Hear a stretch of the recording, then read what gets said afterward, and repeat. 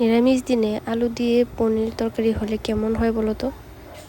খাওয়াটা জাস্ট জমে যায়, তাই না বন্ধুরা? তো চলো আমি আজকে তোমাদের সাথে শেয়ার করছি পনিরের তরকারি আলু দিয়ে। তো এখানে কয়েক টুকরো পনির নিয়ে নিয়েছি।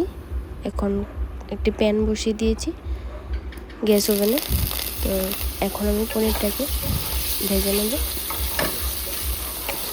একটুখানি হলুদ এবং নুন দিয়ে পনিরটাকে ভেজে নিয়েছি এখানে।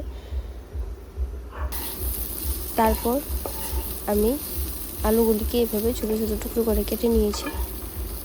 নিয়ে আলুটাকে কড়াইতে ভেজে নেব।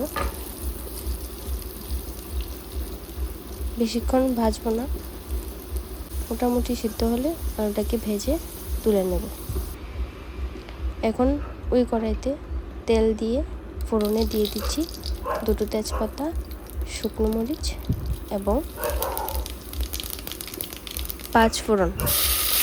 আর এখানে আদা এবং কাঁচা লঙ্কা একসাথে পেস্ট করা আছে, এখানটাকে দিয়ে দিলাম। দিয়ে একটু নেড়ে চেড়ে নেব। এখন আমি দিয়ে দিচ্ছি জিরে গুঁড়ো 1 চামচ, 1 চামচ ধনে গুঁড়ো, 1 চামচ হলুদ গুঁড়ো আর স্বাদ মতো নুন দিয়ে এখন মশলাটাকে ভালো করে কষিয়ে নিচ্ছি। তো আমি এখানে ভালোভাবে মশলাটাকে কষিয়ে নেব। তারপর মশলাটা কষানো হয়ে গেলে আলুগুলোকে এখানে ছেড়ে দিচ্ছি। দিয়ে আলুগুলির সাথে মশলাটাকে ভালোভাবে মিশিয়ে আরেকটুখানি কষিয়ে নেব।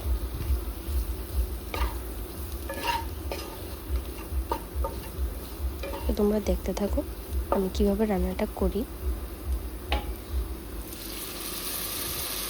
তো এখন হালকা একটু জল দিয়ে দিয়েছি। জলটা দিলে মশলাটা আলুগুলোর সাথে ভালোভাবে মিশবে।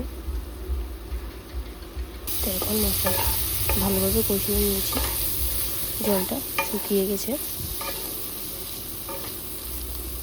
তার ওইদিকে বন্ধুরা আরেকটি প্যান বসিয়ে দিয়েছি ইন্ডাকশন ওভেনে। ওখানে জল গরম করে নিয়েছি। এই গরম জলটা এখানে আমি দিয়ে দেবো। গরম জল দিলে রান্নাটা ভালো হয়, আলুগুলো ভালো করে সিদ্ধ হয়। তো এখানে দেখো ঝোলটা ফুটে এসছে।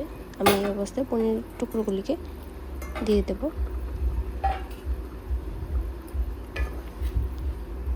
তো পনিরগুলোকে দিয়ে এখন ভালোভাবে ফুটিয়ে নেব ঝোলটাকে।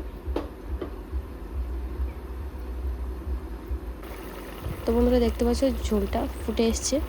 এখন আমি গরম মশলা দিয়ে দেব। তারপরে একটুখানি ঘিও দিয়েছিলাম, এটা ভিডিও করতে ভুলে গেছি।